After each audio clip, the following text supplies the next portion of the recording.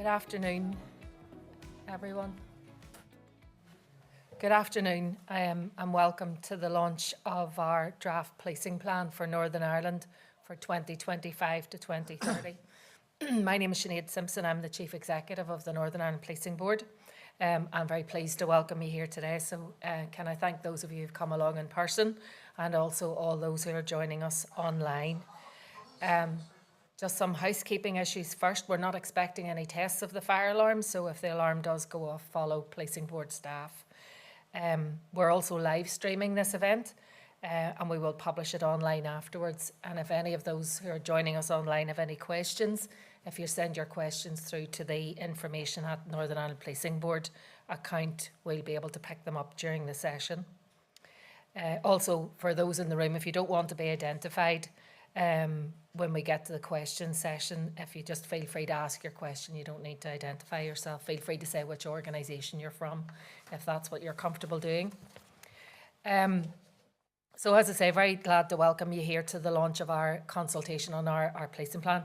I'm just going to say a little bit about the context and the background and how we've got to today's event, the journey that we've been on, and the focus that we're proposing for policing for the next 5 years.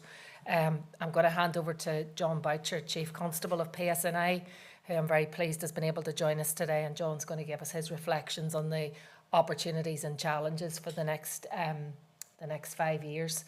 And then Brendan Mullen, the Vice Chair of the Board and the member who's been leading this work for us, is going to get into the meat of what's being proposed in our plan. So, in terms of context and background, we haven't started with a blank sheet of paper. Obviously, we have a 5-year plan from 2020 to 2025, which had 3 outcomes, 9 indicators, and 16 measures. And those outcomes have served us well and have been the basis for performance monitoring by the Policing Board over the last 5 years. If anyone is particularly interested, if you go onto our website, you'll find some of the annual assessments of performance monitoring for the last few years. But obviously the world of policing and crime is changing. The financial environment is changing. Public demand and expectations are different. So over the last 5 months, the team, which has been led by Brendan, has been working in partnership with others to develop a plan that will take us through the next 5 years. And that partnership is a very important focus for us. We started out this journey on the 30th of May with an event with key stakeholders where we got in a room and had a discussion around what we thought the priorities for policing should be over the next 5 years. Out of that discussion, and sorry, some of the stakeholders we had in the room are listed there on the slide in the first column. Coming from that event were 10 outcomes that stakeholders thought reflected the priorities for policing in the next 5 years. Since then, working in partnership with senior police officers and staff through our policing plan development group, we've been distilling those 10 outcomes down to a manageable set of outcomes, which you'll see on the next slide. So the outcomes that we have agreed upon and which we're consulting on today are that PSNI should be victim focused, it should be community focused, and it should be workforce focused. Obviously, there's a considerable amount of work now needs to be taken forward during the period of this consultation to develop the layer of detail that's needed below those in terms of what would good look like and how would we measure that. So today is just the start of our process whereby we're keen to hear people's views on the very top layer of detail that we have set out on the screen. I'm going to hand over to Brendan in a moment or two, who's going to take us through some of the detail behind each of those outcomes. But firstly, if I could ask John Boucher, our Chief Constable, to share a few reflections with us. Thank you, John.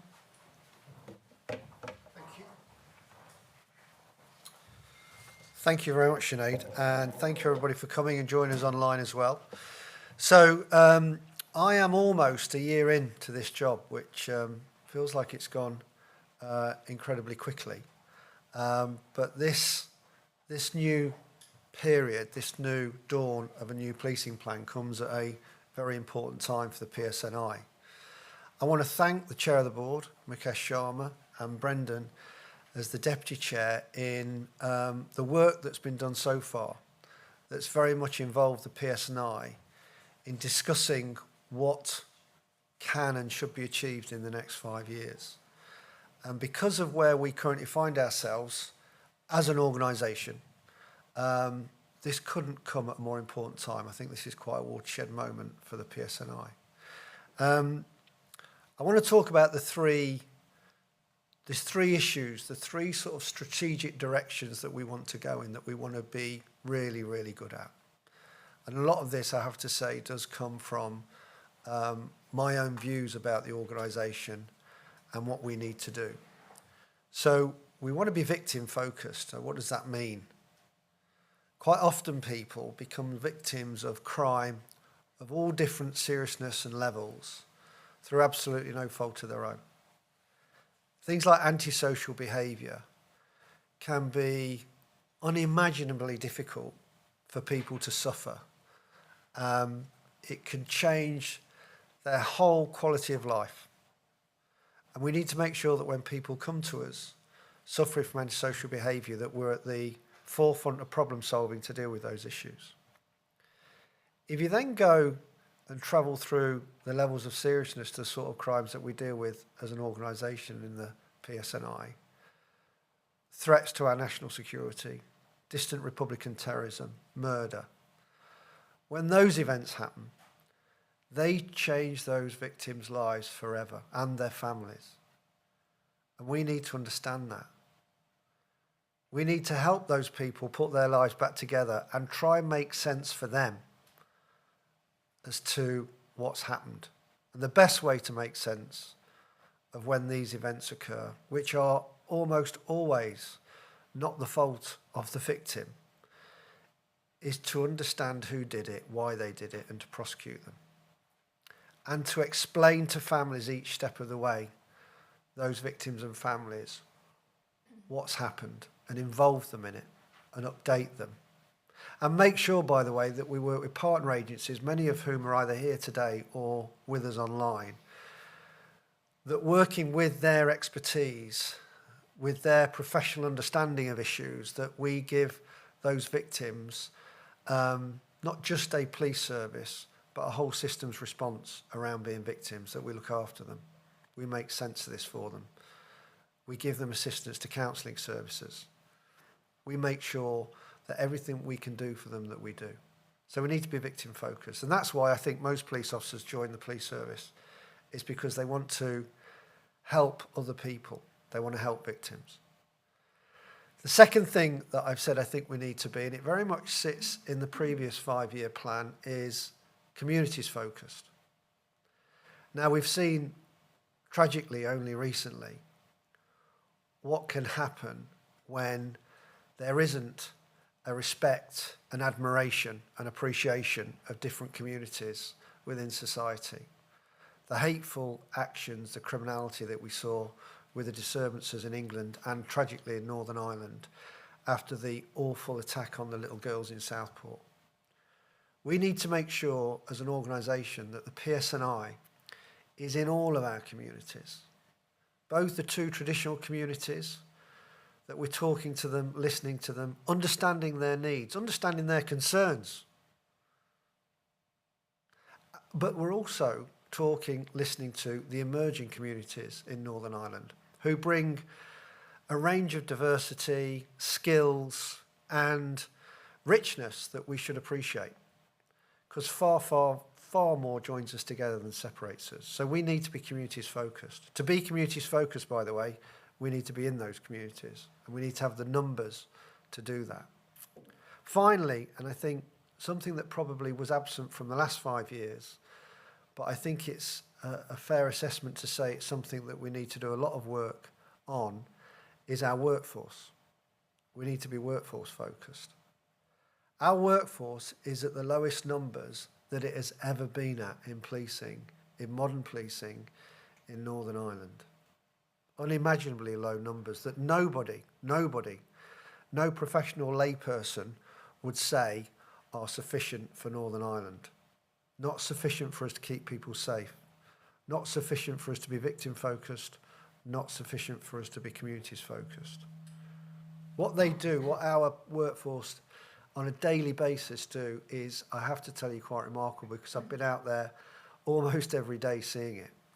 And I get countless, and I mean countless, testimonies about what our officers do, often very young officers with very little experience, doing an unimaginably difficult job in an incredibly professional way. But we are at such low levels that it's affected the well-being of the workforce. Again and again, I get stories around officers who are literally breaking because of the amount of work they have. Our caseloads, I talk about being victim focused, our caseloads in organised and serious crime, our caseload in public protection cases are above other organisations in policing. And we have got to make sure we look after that workforce. We've got to make sure that we get the numbers back to what the numbers should be, because in effect we've broken that workforce. They are remarkable, they need to be celebrated, they need to be supported, and they need to be praised.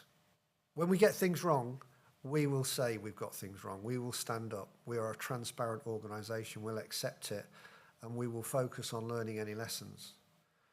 But the Police Service of Northern Ireland really is a jewel, and we've got to make sure that we don't allow it to go any further into decay because of the numbers. So they're the three issues that I really want to focus on: victim focused, community focused, and workforce focused. After this press conference today, I'm going to go and present a number of awards for long service and good conduct.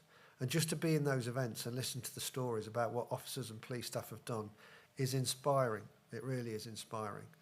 And we also say thank you to the families of all those officers and staff as well. And everybody knows that being a police officer in Northern Ireland is different to being a police officer anywhere else in the United Kingdom, because of the threat that we face here, which is unique. I do just want to finally finish in talking about sort of the strategic importance of the next 5 years. I've said this year, this financial year that finishes at the end of March in 2025, is the year that the PSNI, I want us to survive it, because we've not been supported as we should have been. We need to ensure that we survive this year. We get recruits in to replace those people who've left the organisation or are leaving the organisation. But we need to have a programme of work from April 2025, which fits in with this 5-year plan, that ensures that we recover the PSNI. We get back to numbers that give us an opportunity to do the 3 strategic aims that we want to do really well. So my ambition is to get back to 7,000 police officers in the 3 years from April 2025. That is not over-ambitious. That is simply putting back some of what's been taken away. And in years 4 and 5, we should then be looking at getting the organisation to the numbers that we should be at, which on any reasonable assessment is probably around about 8,000 police officers. So that's what we want to do. Because at the moment, our policing plan and what we do is predicated on what we can afford to do. And that's no way to run an organisation such as the PSNI. We need to give the police service that our communities want and deserve. And that's what we intend to do. In this very room, or this room and next door in recent weeks, we've heard that our local and response police officers have reduced by 900. 900. Detectives reduced by 190. I welcome on the recent programme for government issued by the Northern Ireland Executive, there was mention of new decade, new approach and a return to the numbers in the PSNI that required, which is 7,500, by the way. I really welcomed yesterday's violence against women and girls strategy being launched. That is a real focus for this organisation. I very much recognise and support the programme for government focus on safer communities. But to provide all of that, we need to have the resources, the police officers, to do it. And that's why the next 5 years is pivotal for the next 2 to 3 decades of the PSNI. We really are at a watershed moment. So I welcome the consultation. I'm incredibly pleased to be here to speak to some of the issues I've mentioned today. And I very much thank all the partners online and in the room who are supporting the PSNI in our endeavour to be recognised as the finest police service in the United Kingdom, if not further afield. Thanks very much for your time. Thank you.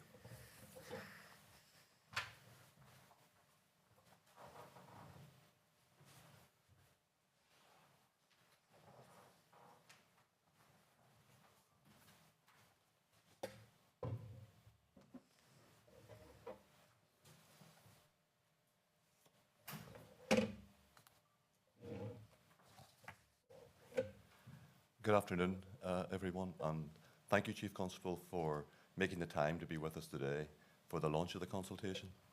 I am aware that you have a long service award ceremony to go to, so I really appreciate you fitting this in your diary. Good afternoon. An effective and respected police service is a key pillar of civic society, and ultimately, that is what has to be delivered by the new policing plan.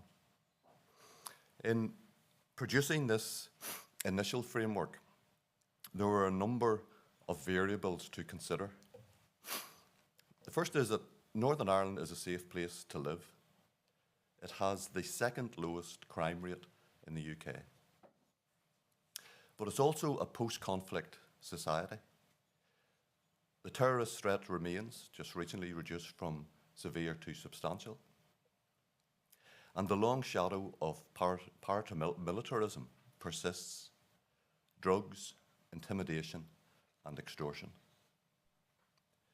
There's been an increase in violence against the person, particularly women and girls. There's been an increase in domestic abuse. And then there are emerging issues such as hate crime and cybercrime. And all of the above is playing out against a backdrop of fundamental challenges in terms of resources. And the impact of those fundamental challenges of resources is reducing officer numbers and then in turn impacting negatively on officer health as they are stretched to the limit to provide the service that we all expect.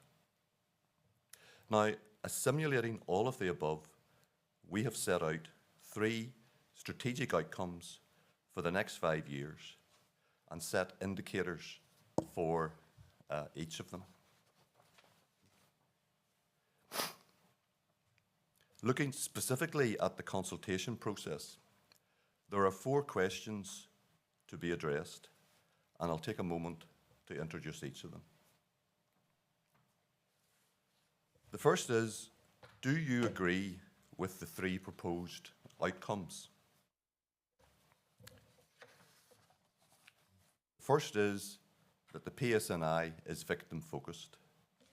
So victims of crime will be treated with compassion and respect and kept informed in line with the principles of the Victims' Charter for Northern Ireland. And the police will target resources to protect the most vulnerable victims of crime, including repeat victims. Outcome 2, we have safe and engaged communities with confidence in policing. The police will work with local communities and partners to deliver local solutions to local problems, building confidence in policing and supporting a safe environment for people to live, work, visit and invest in Northern Ireland. Just excuse me a moment, I'm suffering from the cold.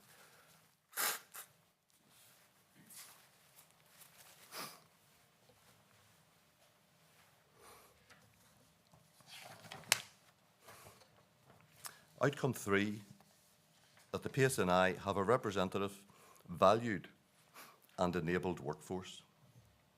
Our service will be representative of the community, supported through a positive working environment and appropriately resourced to serve the public with high standards of professionalism and care. Having agreed the three outcomes, we then move on to ask the question, how do we know if those outcomes have actually been delivered? So for each of the outcomes, the plan suggests some potential indicators. And the question is, are they appropriate, or would you suggest others?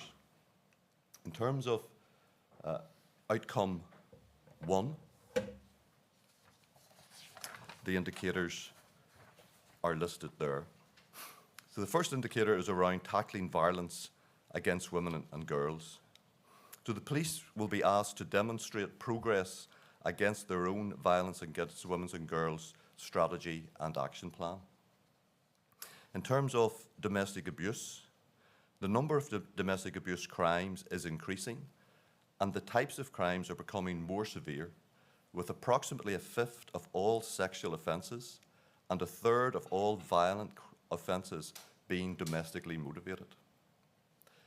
In this indicator, the police will be asked to report on activities and their impact on tackling domestic abuse. Tackling child criminal exploitation. Crimes against children have seen a significant rise over the last number of years, and the types of crimes children are victims of are becoming more harmful.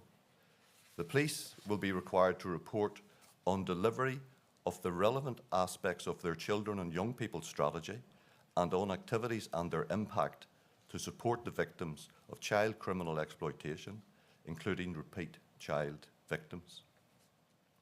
Indicator 4, tackling hate crime. There are 6 strands of hate crime: race, sexual orientation, sectarian, disability, religion, transgender identity.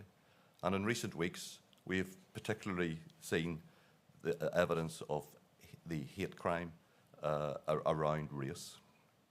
This indicator will scrutinise the PSNI's performance in tackling hate crime and repeat victims of hate crime across Northern Ireland.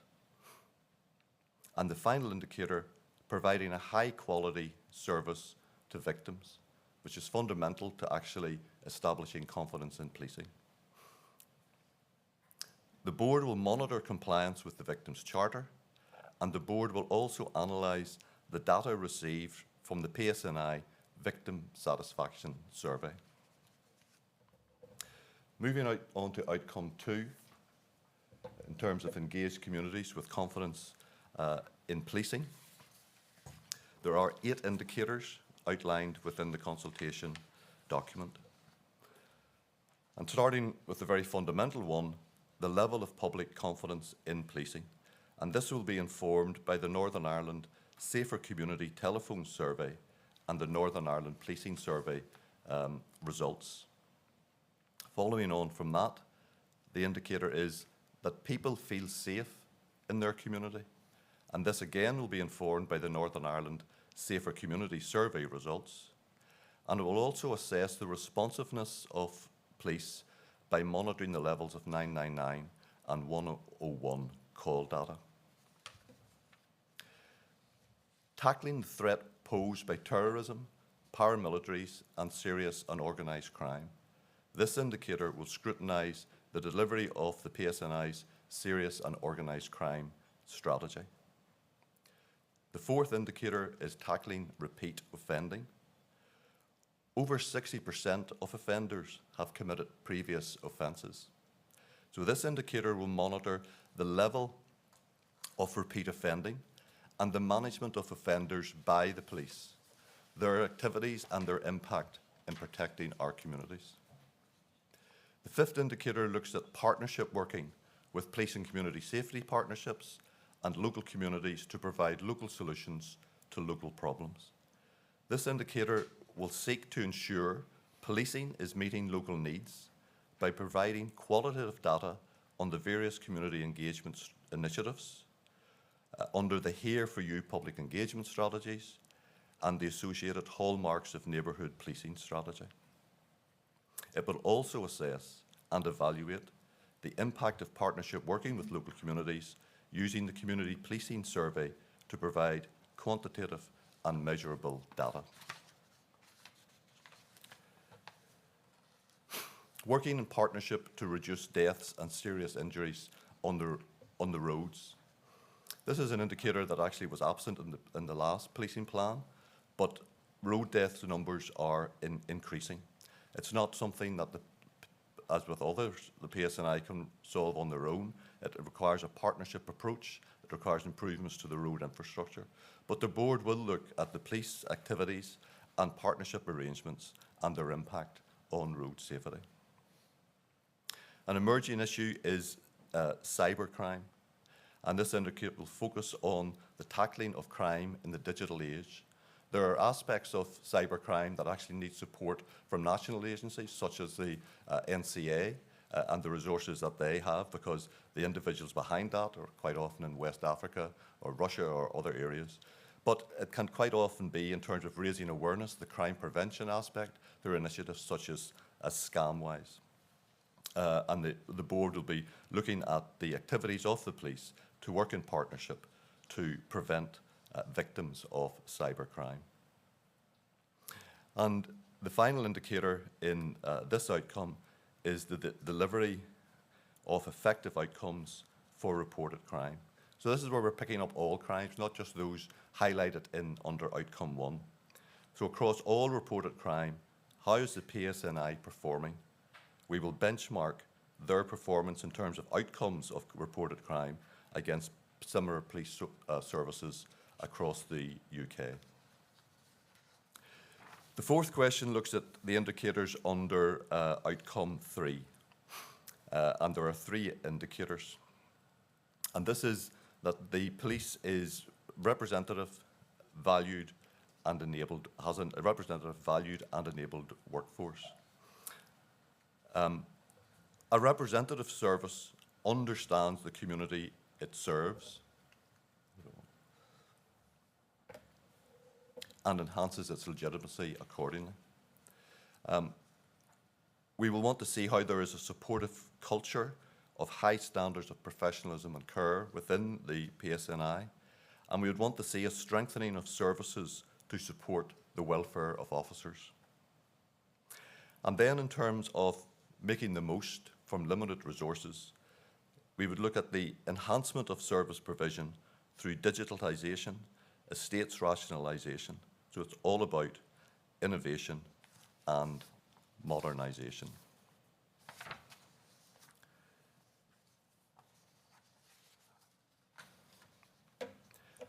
So that is the consultation, the 4 questions.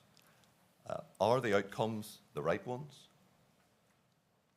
And then under each of those outcomes, are the indicators appropriate to adequately manage delivery against those 3 outcomes? I know it's early days and people are just learning of what's in the policing plan framework, but happy to take any initial feedback or questions that anyone might have.